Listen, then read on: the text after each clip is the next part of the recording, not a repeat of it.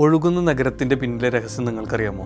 ഇത് പറഞ്ഞപ്പോൾ തന്നെ നിങ്ങൾക്ക് മനസ്സിലാവുണ്ടാവും വെനീസ് എന്ന നഗരത്തെക്കുറിച്ചാണ് ഞാൻ പറഞ്ഞു വരുന്നത്. കുറേ കാലങ്ങളായിട്ട് നിങ്ങൾ കേൾക്കുന്ന ഒരു കാര്യമാണ് ഇത് ഒഴുകുന്നൊരു സിറ്റിയാണെന്നുള്ളത്. പക്ഷെ ബേസിക്കലി എഞ്ചിനീയേഴ്സിന്റെ ഭാഷയെ പറയുകയാണെന്നുണ്ടെങ്കിൽ ഇതൊരു വലിയ വുഡ് ആൻഡ് ഫോറസ്റ്റിന്റെ മുകളിൽ ഫേമായിട്ട് നിൽക്കുന്ന ഒരു സിറ്റി എന്നാണ് പറയുക. നമുക്കറിയാം വെനീസ് എന്ന നഗരം വളരെ അൺസ്റ്റേബിൾ ആയിട്ടുള്ള ക്ലേയി സോയിലുള്ള ഒരു പ്രദേശമാണ്. അതുകൊണ്ട് തന്നെ 5th സെഞ്ചുറിയിൽ അന്നത്തെ എഞ്ചിനീയേഴ്സ് ഈ വുഡ് ആൻഡ് പൈൽസ് കംപ്ലീറ്റ് ഭൂമിയിലേക്ക് അടിച്ചു താഴ്ത്തിയിട്ട് വളരെ സ്ട്രോങ് സ്ട്രാറ്റ് എത്തുന്നവരെ അത് അടിച്ചു താഴ്ത്തും. അങ്ങനെ ഒരു മില്യൺസ് ഓഫ് വുഡൻ പൈൽസ് അവിടെ ഉണ്ട്. ഇതിന്റെ മുകളിലാണ് ഇവർ ഈ കൺസ്ട്രക്ഷൻ കംപ്ലീറ്റ് കൊണ്ടുവന്നുള്ളത്. വുഡൻ പൈൽസിന് മുകളിൽ ഈ പൈൽ ക്യാപ്പ് ഒക്കെ പോലെ നമ്മളെ ഏസ്ട്രിയൻ സ്റ്റോൺസ് അല്ലെങ്കിൽ അവിടെ വരുന്ന ടിമ്പർ പ്ലാങ്ക്സ് ഉണ്ട്, അത് യൂസ് ചെയ്യും. പിന്നെ അതിന്റെ മുകളിലോട്ട് ഒരു ലൈറ്റ് വെയിറ്റ് കൺസ്ട്രക്ഷൻ ഉണ്ട്. മോസ്റ്റ്ലി നമ്മൾ ബ്രിക്സ് ആണ് അവിടെ യൂസ് ചെയ്യുക. വളരെ വേണ്ടപ്പെട്ട സ്ഥലങ്ങളിൽ മാത്രമാണ് അവർ സ്റ്റോൺസ് യൂസ് ചെയ്യുള്ളൂ. അതുകൊണ്ട് തന്നെ ഇത് വളരെ സ്റ്റേബിൾ ആയിട്ടുള്ള സ്ട്രക്ചറായിട്ട് നിലനിൽക്കും. പിന്നെ ആളുകൾക്ക് ഉണ്ടാകുന്ന ഒരു സംശയമാണ് ഇത്രയും നൂറ്റാണ്ടുകളായിട്ട് ഒരു വുഡൻ പൈൽ ഭൂമിയിലോട്ട് അടിച്ചു താഴ്ത്തി കഴിഞ്ഞാൽ അത് നശിച്ചു പോകില്ല എന്നുള്ളത്. Basically wooden pile completely submerged ആണ്. ഭൂമിക്ക് അടിയിലോട്ട് ഇറങ്ങിയിരിക്കുന്നത് കാരണം തന്നെ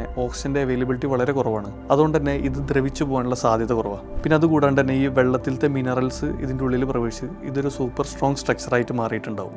ഒരു എഞ്ചിനീയറിംഗ് മാർവലായിട്ട് ഇത് നിലനിൽക്കുമ്പോഴും അവരും ഫേസ് ചെയ്യുന്ന ഒരുപാട് ചാലഞ്ചസ് ഉണ്ട്. അതിൽ പ്രധാനമായിട്ടൊന്നാണ് റൈസിങ് സീ ലെവൽ.